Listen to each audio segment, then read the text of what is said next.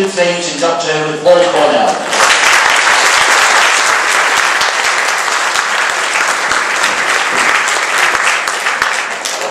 As Gordon said, and thank you for that, Gordon, this is an enormous subject. Basically, I'm here to give a survey of the entire history of fortean themes in Doctor Who. Doctor Who, the children's own show that adults adore, from 1963 to 1989, then for one night in 1996, and then from 2005 to present. There isn't, percentage-wise, a lot of fortean stuff in Doctor Who as a series, but because of that vast time span, that small percentage actually amounts to quite a lot. There isn't a lot of fortean material in Doctor Who for three reasons. Firstly, it's a show where the unknown, that sapphire and steelish numinous and unaccountableness, tends to become solidified and explained away. It's a very reductive show. At the moment, the show has just instituted a piece of retroactive continuity, time travel-wise, so that following a vast Dalek invasion of Earth recently, now once more, everybody on Earth does not know what a Dalek is. So at least they're going to react and go, "What's that, Doctor?" Or they go, "Bloody hell, it's a Dalek again." This means that UFO groups, as seen in the Sarah Jane adventures this week, can still be made fun of by people who nevertheless know aliens are real. Being chased by a lizard man, that's really scary. Believing in lizard men, that's ridiculous. It's also a reductive show scientifically. It's a show where telepathic powers are the result of living near a space-time rift, where the supernatural is nearly always seen to be scientific in origin. Astrology, as again revealed in the Sarah Jane adventures in 2008, is a plot by an ancient being from before the creation of the universe. Magic is just science based on words, and even when it's used by witches, who are actually aliens. Thirdly, it's a show which I always say is more pantomime, more panto than it is science fiction. Let me explain what I mean. If science fiction is, as I believe the Kaiser Chiefs put it, "Oh my God, I can't believe it, I've never been so far away from home," that is to say what we find in June, complete immersion in a different time and space, then that sense of cognitive dissonance, then Doctor Who is that, but with references to chips, to the everyday world, to doing the washing, to domesticity. It's like panto because it takes that big highfalutin stuff, like panto does with fantasy and magic, and does what panto does, combine that with topical references, jokes about the modern day, jokes about the mundane. That's why it's a panto show. And that approach means that it's kind of the opposite of the fortean thing. If the fortean thing says, "Oh, we have an open mind about mysteries that aren't to be explained necessarily," the panto approach says, "Let's explain this and make a joke out of it and connect it to something." So, this is a show which, without blinking, can feature as talking head experts playing themselves both Derek Ackroyd and Richard Dawkins. But it means that it's actually a really good index, because at its best, Doctor Who deals with what's on the public mind right now. So it's a very good index of fortean concerns amongst the general British public over the years. Where these concerns pop up and where they vanish again across this vast span of time that the series is being shown, that gives us an indication of when these concerns were in the public eye. So, let's start with some of the obvious fortean topics. Flying saucers. That is a flying saucer as used by the Daleks in the Dalek invasion of Earth in 1964. It's a flat traditional pan saucer, perhaps made out of a flat traditional pan. I hate to mock the special effects in Doctor Who because that's really not the point, but you could see the wires on that line. Nothing's made of the shape on screen. The Daleks have a flying saucer. That's as far as that goes. But Nation, in the 1978 Dalek Annual, at least equates UFO sightings with Dalek ships. Then in 1965, in the 22nd of May, issue 18 of TV Century 21 comic, with art by Richard James and a story by David Whittaker, the picture here being by the great Ron Turner, the flying saucer shape changes. That is rather more of a flying saucery, fortean flying saucery shape. They seem to have been influenced by that.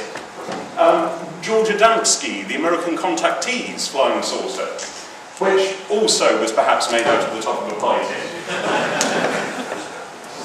Now, these go on to be the version used in the new series with the Dalek-like bumps underneath. The Cybermen in 1967 drive that little beauty. I'm just about to see Mr. Kipling written alongside. And the Dominators in 1968 also are aliens who fly flying saucers.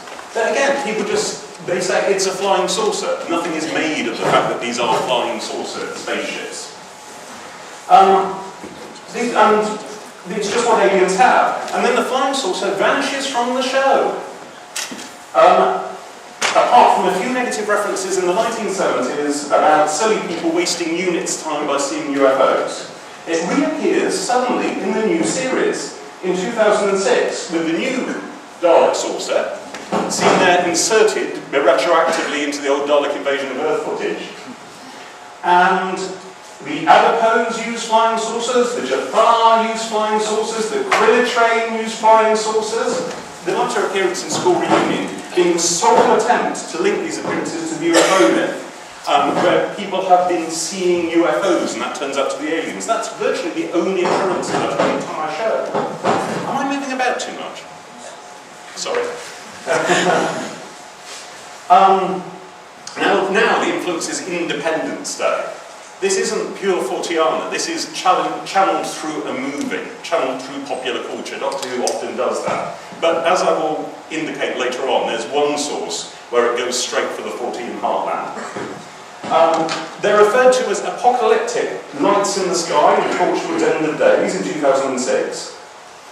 But that's it for flying saucers in Doctor Who until very, very recently. When the X-Files began in 1993, after the end of old classic Doctor Who, the Doctor Who novels and audio plays that were produced in the 15-year gap between the old show and the new show start dropping Fortean references in response to the X-Files. 1994's Doctor Who novel First Frontier introduced the Zun, the Who universe's Greys, who crashed at Roswell. As did the Nadena, also the Who universe's Greys, introduced in the 1997 novel The Devil Goblins from Neptune.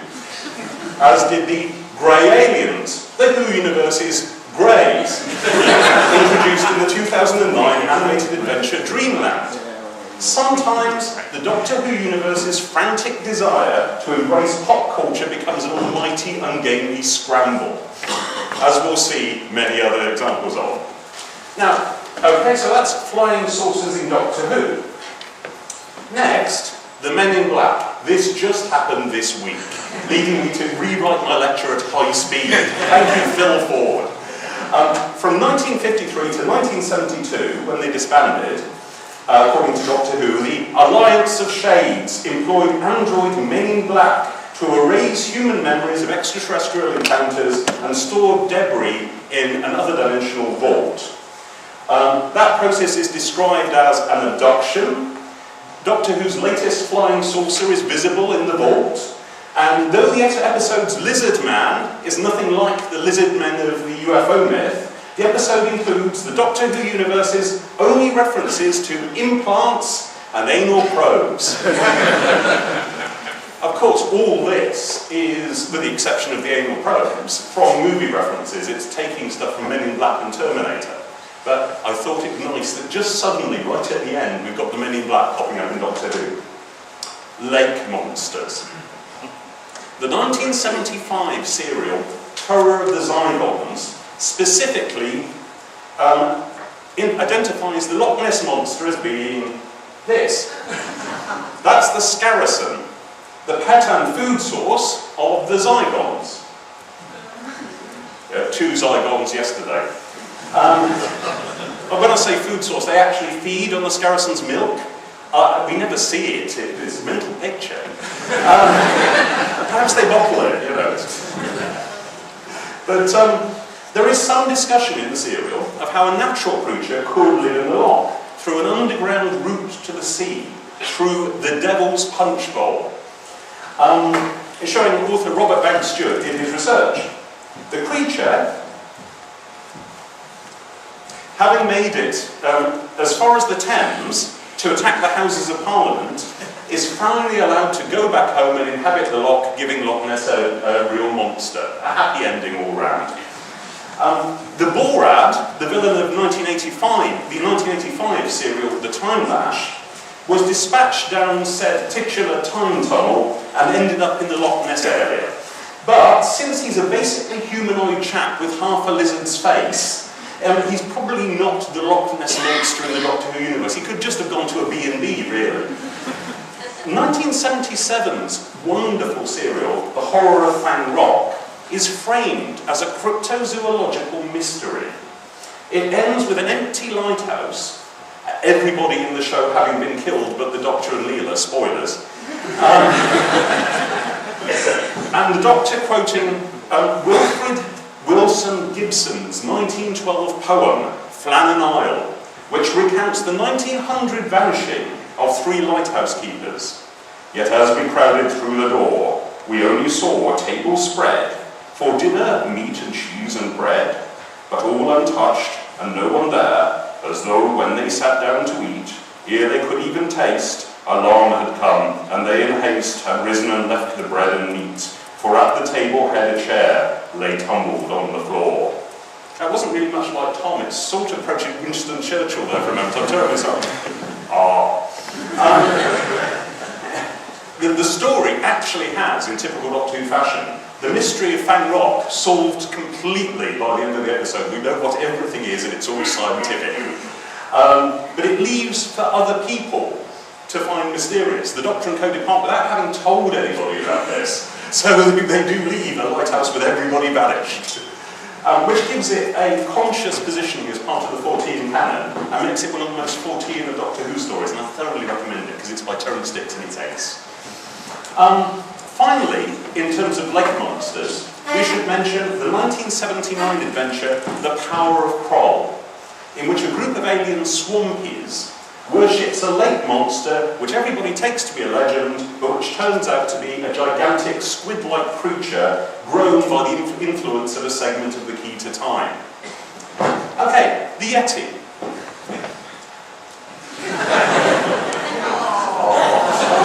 Yeah, it's not a good idea to have a Doctor Who monster, the reaction to which is, It could give you a nasty bite with those. The Yeti in Doctor Who are fake cryptozoological creatures. They're robots created by the Great Intelligence at a Tibetan monastery in 1967's The Abominable Snowmen. They're later resurrected to attack the London Underground in The Web of Fear that same year.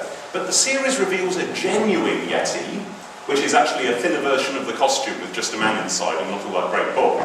Or so we're told. We've lost the episode, so we don't know what it looks like. At the end of that first story. The thing of most interest to a fortean is that both of the Yeti stories and the anti-pacifist fable The Dominators are co-written by the future Holy Blood and Holy Grail writer Henry Lincoln. Him. There's not a lot in these stories to indicate Henry Lincoln's future interests, although his use of names and characters from actual Buddhist history out of time, in the wrong place and ahistorically would seem to say something. Lincoln and co-writer Mervyn Haseman actually created the character of Brigadier Lethbridge Stewart. So every time Brigadier Lethbridge Stewart pops up from unit in Doctor Who, Henry Lincoln gets a little bit of cash. It's extraordinary. Is this getting really annoying, this company business? Do you want this one? Shall I walk about with that?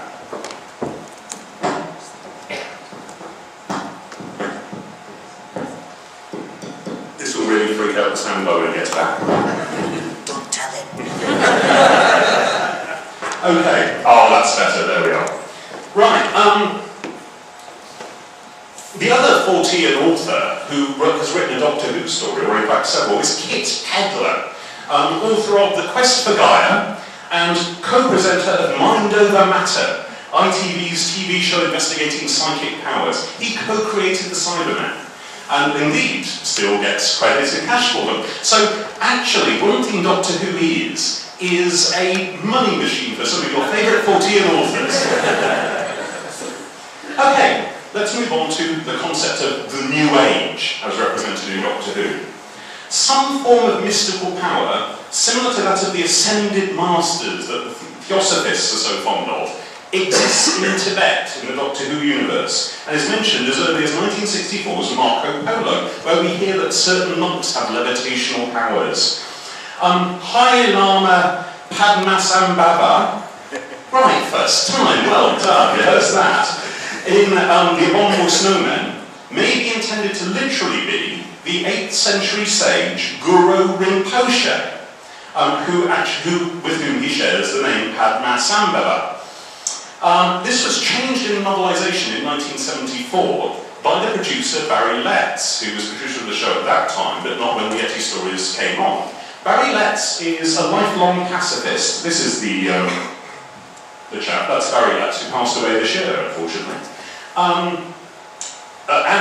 It was said at the time amongst Doctor Who fans that he wanted the real Buddhist names changed in the novelisation because he found it, blasphemous that they be used in such a silly setting. But then that very same year, he introduces a Kanpo Rinpoche into his own story, Planet of the Spiders, and says he's actually a Time Lord. So I think it might have been more a matter of sorting out continuity than any Buddhist sensitivities. The portrayal of the spiders in Planet of the Spiders, there we are. Elizabeth Sladen wearing a spider there. As both science fictional aliens and metaphorical Buddhist demons of selfishness, is one of the series' best forays into comparative religion. And it's not shackled by the reductionism that the series usually displays. Indeed, that story starts with a display of genuine psychic powers. It features a healing blue crystal from Metadidus 3 that can cure any mental condition or ailment. It's the last story of Barry Letts' turn as producer, an era in which we also visited a very 1970s Atlantis, which is also crystal-powered, and which can, from one point of view, be summed up by Joe Grant's line from 1971's story The Demons. But it really is the dawning of the age of Aquarius. That means the occult. Well, you know, the supernatural and all that magic bit. At the end of the story, which also features a white witch whose beliefs aren't at all crushed by the Doctor's somewhat fierce materialism, Captain Yates asks the Brigadier if he wants to join in the celebratory maypole dance on the village green, perhaps reflecting the nature of the long comradeship between Mr. Barry Letts and his great script editor, the very down-to-earth Torrance Dix. The Brigadier replies, "Kindly do, Captain Yates, think I'd rather have a pint." Okay, very brief reference in our rundown through fortean themes in Doctor Who, fairies. That's a Doctor Who fairy. It's actually, literally, one of the Cottingley fairies. The photos taken by the children in Cottingley are, in the Doctor Who universe, a depiction of a genuine Doctor Who monster. That's from the Torchwood episode Small Worlds, written by P.J. Hammond. Fairies are creatures who live outside time and who can take chosen human children to go and live with them, as the Cottingley fairies do at the end of the episode. Ghosts. The aforementioned space-time rifts, psychic residue, the atmosphere left behind by the spooky alien called light, various misidentifications of monsters and time travel account for all ghosts in Doctor Who. Torchwood goes so far as to state that there isn't an afterlife. There definitely is not an afterlife. Then 8 episodes later, a dead character goes to the afterlife. 1989's Doctor Who serial Ghostlight is a bit of a fortean cornucopia, featuring a haunted house, a Neanderthal, an alien who is taken to be an angel, and a conspiracy to kill Queen Victoria, all of which are science. Okay, demons and deities. The Doctor identifies Sutek,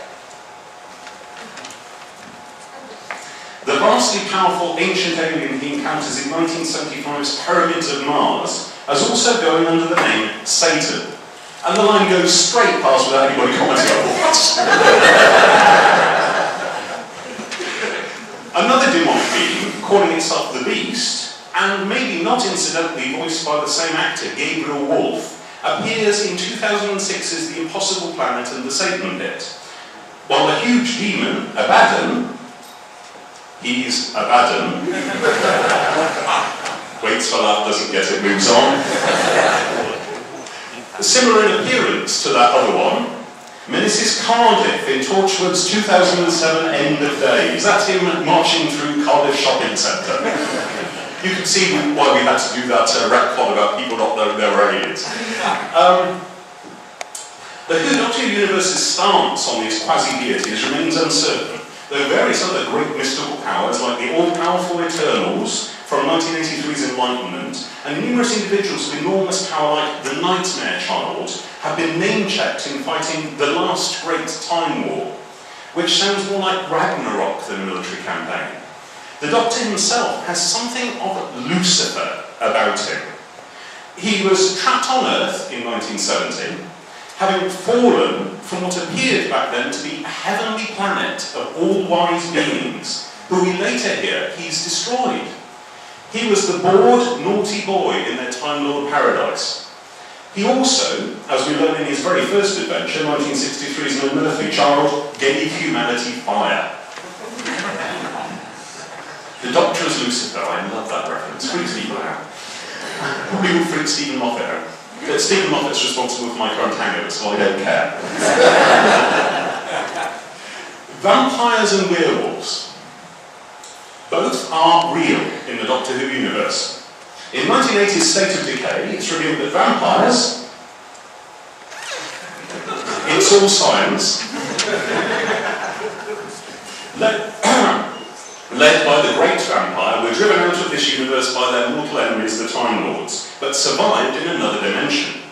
Whatever scientific basis they might have isn't really revealed very much, but they have most of the abilities and attributes of supernatural vampires. Hemovores from 1989's The Curse of Fenric are creatures from the far future, the last inhabitants of Earth who survive on blood. Plasmavores from Smith & Jones in 2007 are humanoid bloodsuckers of the present. And the Saturnine hid their aquatic appearance and nature by pretending to be this year's Vampires of Venice. The first werewolf to appear in Doctor Who was the unfortunate Mags, a Vulcanian in 1988's The Greatest Show in the Galaxy, who suffered a lycanthropic transformations of an unexplained nature. There's a bit of hand-waving that goes on when it comes to vampires and werewolf in Doctor Who. It's all science. But the full-blown condition into a lupine wavelength hemovary form, which is surely pushing the DW Doctor Who hand-wave all magic is science as far as it'll go, was only revealed in 2006's Tooth and Claw. Okay, the Bermuda Triangle. It's suggested that there may be more rifts in time-space, like the one under Cardiff in Torchwood, which has been seen to abduct aircraft crews and monsters from different eras and bring them to ours. But the closest actual Doctor Who reference to the Bermuda Triangle is in 1971's The Mind of Evil, where the Master is seen listening to King Crimson's Devil's Triangle. The depth of the research. Red Mercury. Not quite, but liquid mercury in the Doctor Who universe has very strange properties, which we can't imagine with our science. It actually powers both TARDISes and the steampunk Victorian time travel experiments that summoned the Daleks in 1967's The Eagle of the Daleks. All you need for time travel is mirrors, mercury, and static electricity. You could do it at home. Arthurian myth. As revealed in 1989's Battlefield, in a parallel universe sideways in time, the Doctor served, or will someday serve, he hasn't as far as we're aware, been Merlin, to a King Arthur who was rather like the rather debunked Arthur of our own universe, to a King Arthur who was kind of mythological and rather like the legendary Arthur as opposed to the debunked and realistic Arthur of our own universe that the Doctor mentions. In the Doctor Who comic strips of Steve Parkhouse, Merlin, who crosses over into the Marvel universe as well, looking exactly the same in the Uncanny X-Men and Captain Britain, is referred to as a Time Lord and regarded as an equal by other Time Lords without being a Gallifreyan. Blew my minds a little bit, that. Okay, but we come now to the single biggest fortean topic in Doctor Who, one in which it doesn't use the lens of popular culture to explore a fortean subject, but dives straight in.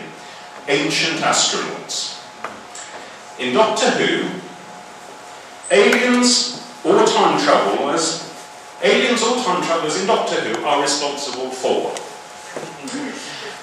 the formation of Earth, life on Earth, the extinction of the dinosaurs, the aggressive traits of Homo sapiens, the secret of fire twice, once from the Doctor, the destruction of the Neanderthals, the invention of the wheel, the construction of the pyramids, the concept of Satan, the invention of astronomy, Greek civilization, the destruction of Atlantis, twice by different aliens inside 2 years by the same production team.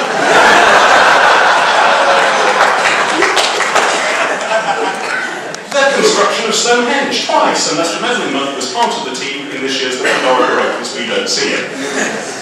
The end of the siege of Troy, the building of temples in Peru, the Great Fire of Rome, the Doctor, the Renaissance, the printing press, the Mona Lisa, twice sort of, it's complicated. The continuing existence, inspiration, and sonnets of Shakespeare, the Great Fire of London, the Doctor, Newton discovering gravity, the Doctor, Hans Christian Andersen's story of the Emperor's New Clothes, the Doctor, the Industrial Revolution, the mystery of the Marie Celeste, haemophilia, all possible lycanthropy in the royal family, the novels of H.G. Wells, the First World War, the German annexation of Austria, and the singing career of Bing Crosby.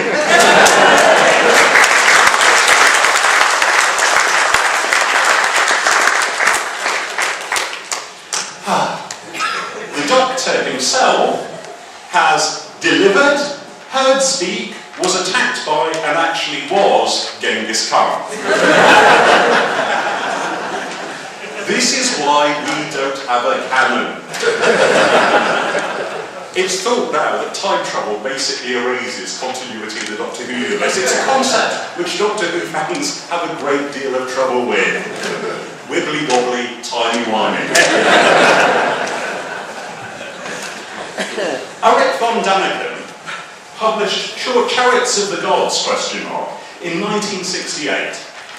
From 1970 to 1979, there's only 1 year, 1973, in which Doctor Who doesn't make at least one reference to the classic ancient astronauts myth, often two.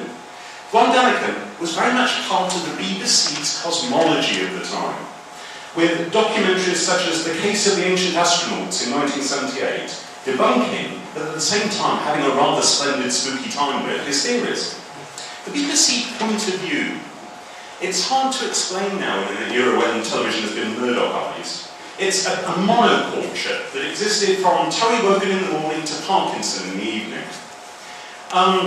And it's best represented by the Doctor dashing out of TV centre during the Seeds of Doom, where the fiction actually becomes part of the fact. The BBC point of view had an interest in things fortean.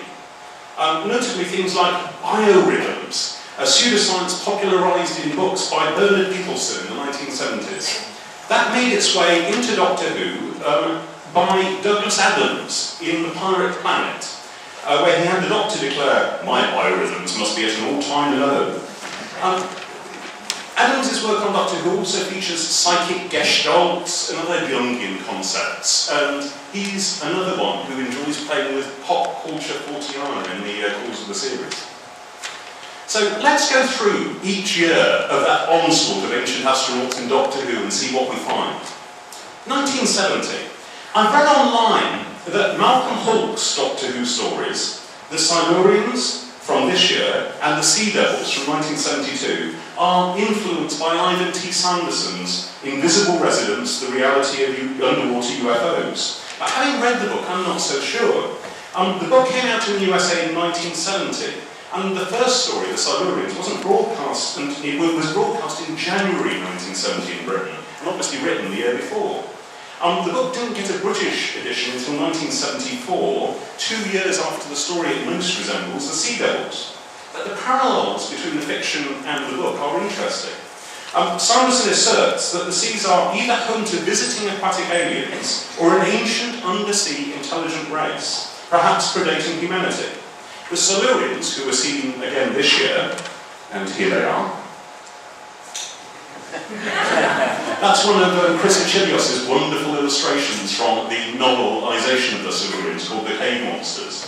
The original caption is, "Why have you come, Octel asked? Is it not the time? It is not the time." But I've seen that in a fanzine with the caption, "And funnily enough, Jonathan, I haven't worked since."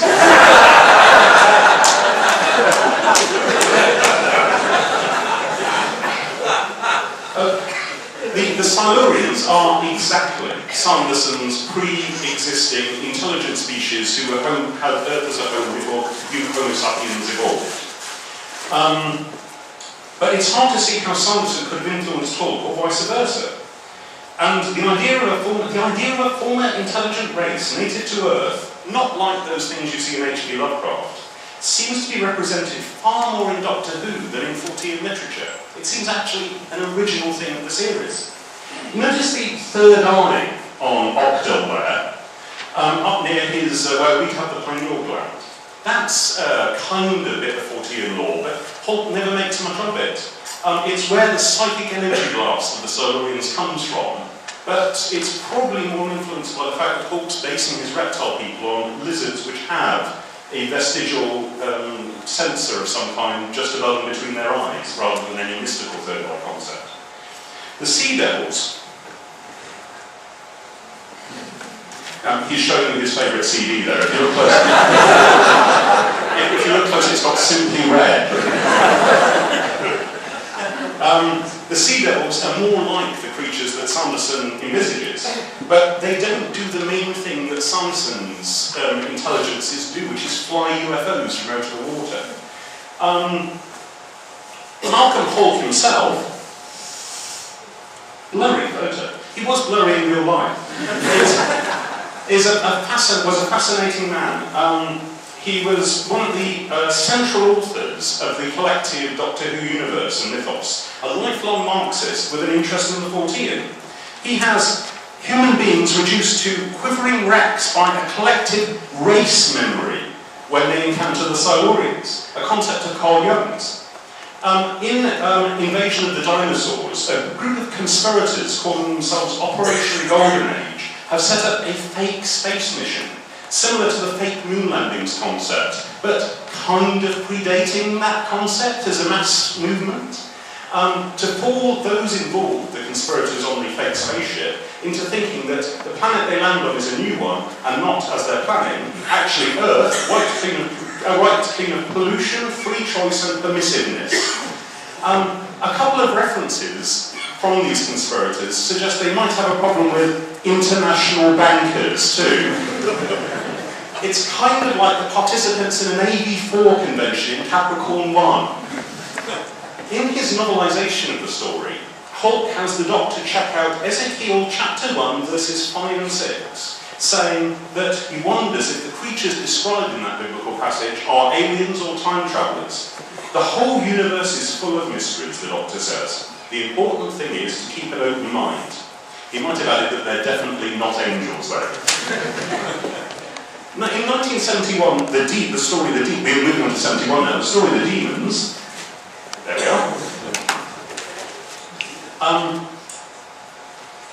humans there are also ancient astronauts who visited Earth. They explain why powerful beings such as Moses are often depicted with horns. They're one of the many destroyers of Atlantis and Neanderthal man, and they inspired the Industrial Revolution, probably by hiding the horns under a top hat. They're kind of Lucifite as well, in that they want to bring knowledge to humanity, and they destroy humanity and get all enraged often. And their science is exactly like magic, but nevertheless is still science. 1972, the Time Monster featured that second destruction of Atlantis we talked about, although it's finally finished off in The Underwater Menace earlier in 1967. It's complicated. And the Atlantis that's depicted is all robes and crystals and is destroyed by a visiting ancient astronaut alien chronobot. 1974, Death to the Daleks is the story, which ends with the blowing up of the Dalek ship by a heroic suicide bomber called Galloway. It features... Okay.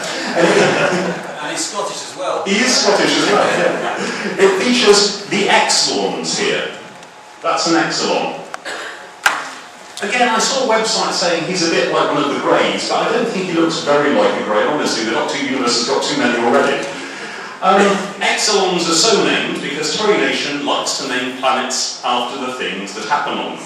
So Marinus has a C, Mechanus has the mechanoids, and Exelons were very excellent. There used to be an ancient astronaut race who visited all sorts of planets, including building the Peruvian temples. Whichever temples they're thinking of, we don't know.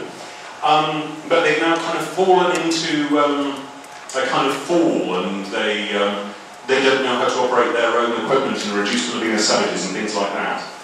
Okay, 1975, the Pyramids of Mars. That's where the aforementioned Sutekh shows up. It's got a war in heaven between the good and bad factions of the Assyrian race of superpowered aliens.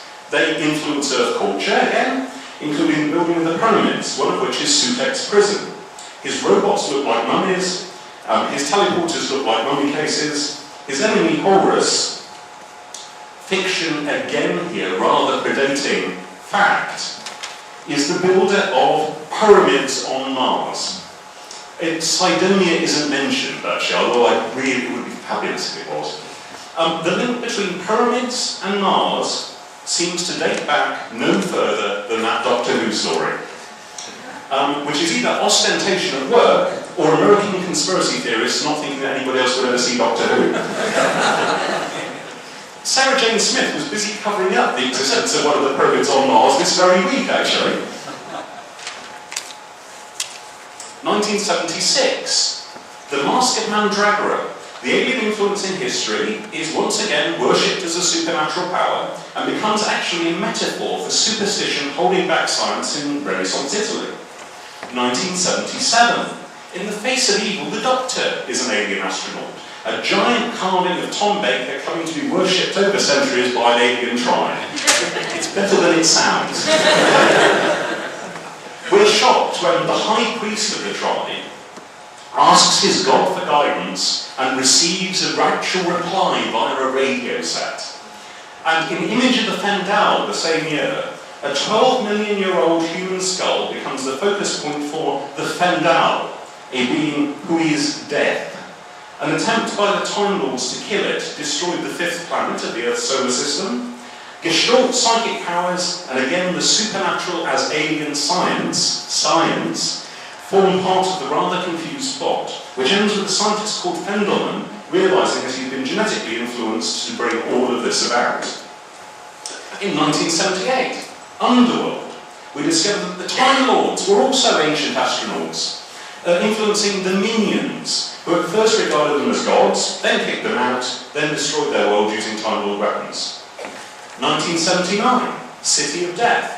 We discovered that Scaroth, the last of the Jaggeroth, splintered in time, has caused basically all human advancement ever, especially any bits that weren't covered by all the previous visiting ancient astronauts. in order to get Earth culture to a point where he can travel back in time and stop himself from being exploded and shattered. He fails, his ship, hovering above the surface of primordial Earth, explodes, leading to the creation of all life on Earth. That's Douglas Adams, once again at play in fortean pop culture.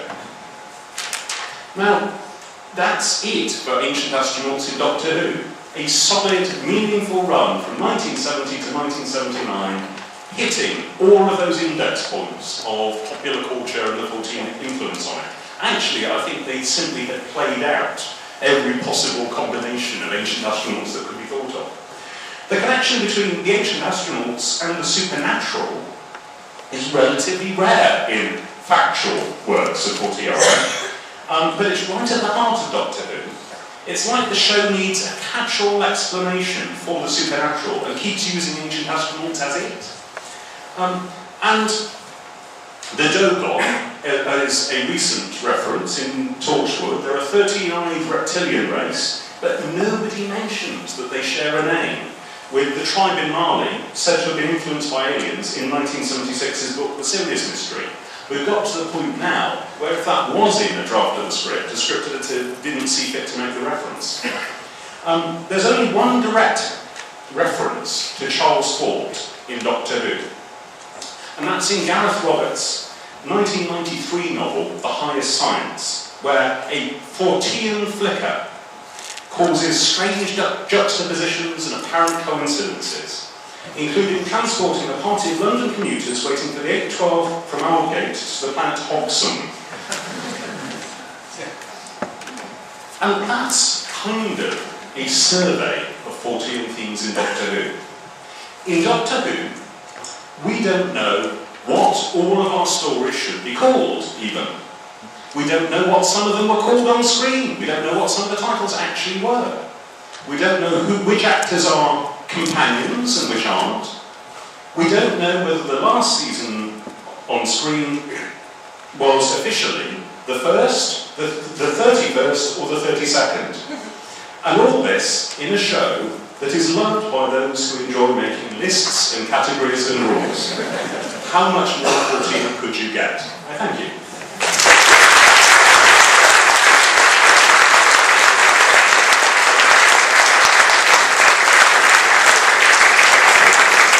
I've got 7 minutes or so, if anybody has any questions or comments. Hello. Sorry, you missed out 2 dark spaceships that were flying saucers. Oh, much possibly 3. Planet of the Daleks, it works a 2-tier thing, wasn't it? Yeah, that's not flying saucer. Yeah, that's true, you're right. Well, that means the other one wasn't Death to the Daleks, because it was a bit... No, that's also not... What about in... what's the one with on the Necros? Oh yes, sorry, the Daleks. Oh, it's very end. It's sort of a flying saucer, okay. It's not going to be all like that, is it? You missed that. Sorry. That's all right. Hello. I'm just trying to think if you sneak in a little bit forteana in your Q nature. Didn't little Timothy show some signs of psychic powers before we ever got to it? Yes, that's true. Little Timothy in Human Nature did show some signs of... things, doesn't it? He knows things. He's a sensitive young boy. He's probably living near a time rift. If you wanted to put stuff in like that, would you be encouraged yourself? Or? Oh, if I wanted to put stuff in like that, it entirely depends on whether or not it's useful for the story or fun. Hello. Very quickly, many occasions Doctor Who, I've got a die-hard fan. Your Family of Blood was my favourite. Oh, well, tough, thank you. It's appreciated. What would you think of that? What's what? What were 14 things of that? Were there any? No, not that I can think of, but the chap just pointed out psychic powers. But, anybody else? Well, you've got the aliens faking their own alien landing, haven't you? In World War III, wasn't it? Oh yes, I missed a huge one. I don't know, they don't really do it in a sort of UFO myth shape. Aliens take their own alien encounter in World War III. I don't think they don't seem to use the UFO myth to do it. They got a... Sort of sorcery that crashed into the Big Bang. It is is sort of sorcery. Yeah. The Dalek sorcery in the actual movie version of Doctor Who and the Dalek Invasion of Earth actually looks more like a harmonica. It's not very sorcery. You don't point up and go a flying saucer.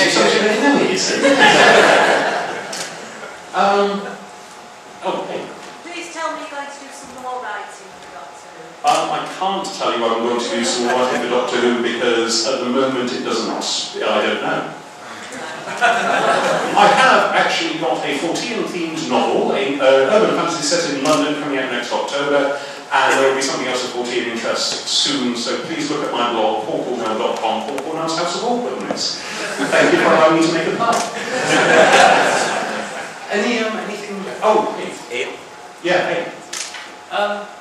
You've talked about fortean themes, but you've missed the forteans in Doctor Who. I mean, there's at least 2 occurrences in the latest series.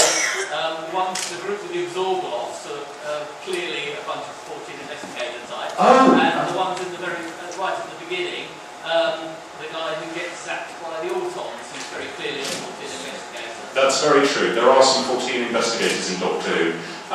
Most recently the UFO people in Sarah Jane Smith, but also the guy who's investigated all of the appearances of the Doctor across history.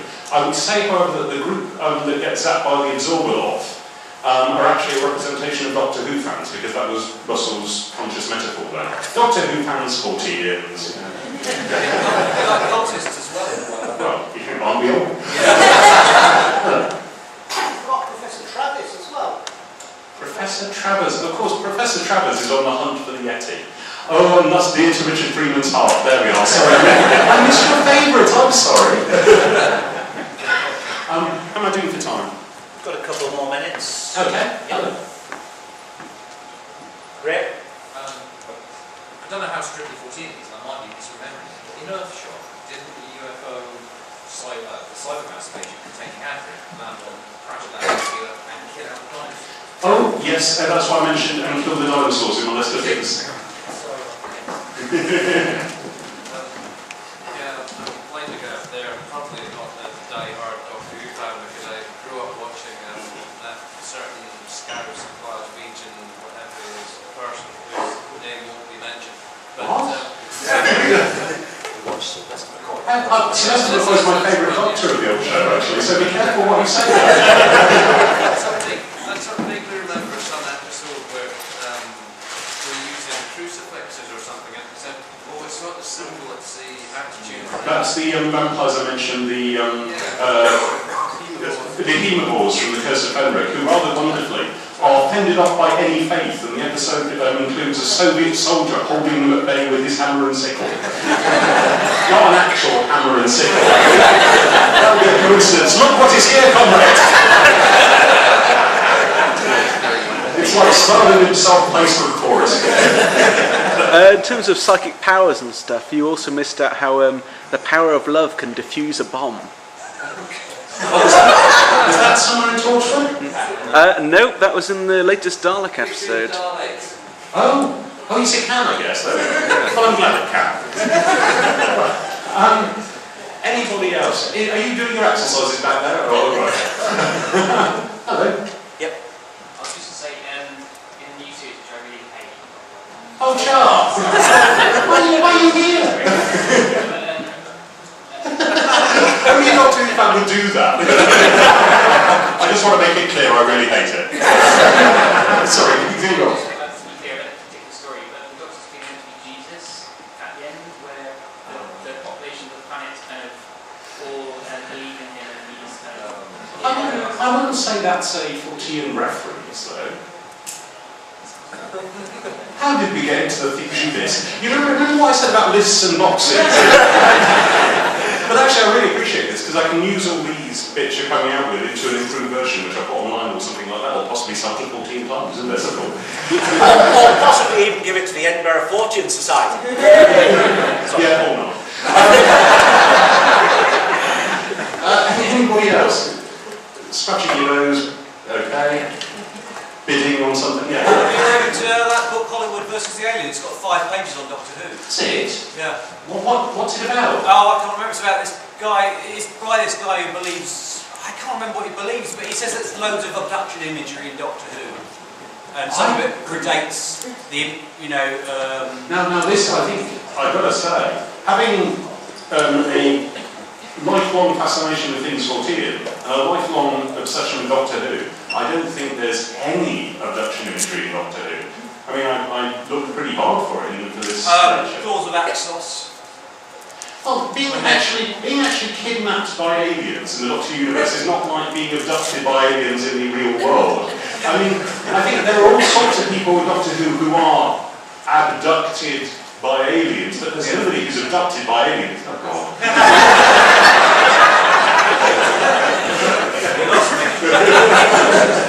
I mean, the elements of the myth are generally not present. People are grabbed by aliens and dragged onto spaceships, but never in a grey aliens abducting people. He makes a big thing of the fact that he thinks the days of robots, and the fact that there's loads of robots in Doctor Who, and the fact that there's supposedly, in his mind, lots of abductions. Oh, well, I don't want to criticise the book without having read it, but this doesn't seem to me to, in the case of Doctor Who, to hold water.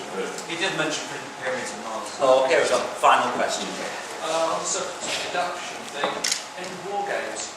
The war games, well, it's more like there's... Yeah, it's interesting, that's a really good one. I was waiting for the end of war games, where the fact that two companions have their memories wiped. Oh. Yeah, but the thing is, an entire... Again, I appreciate your point. There is something vaguely fortean feeling about a whole army vanishing from a battlefield and appearing on an alien planet. But that's not there in the UFO lore, is it? No.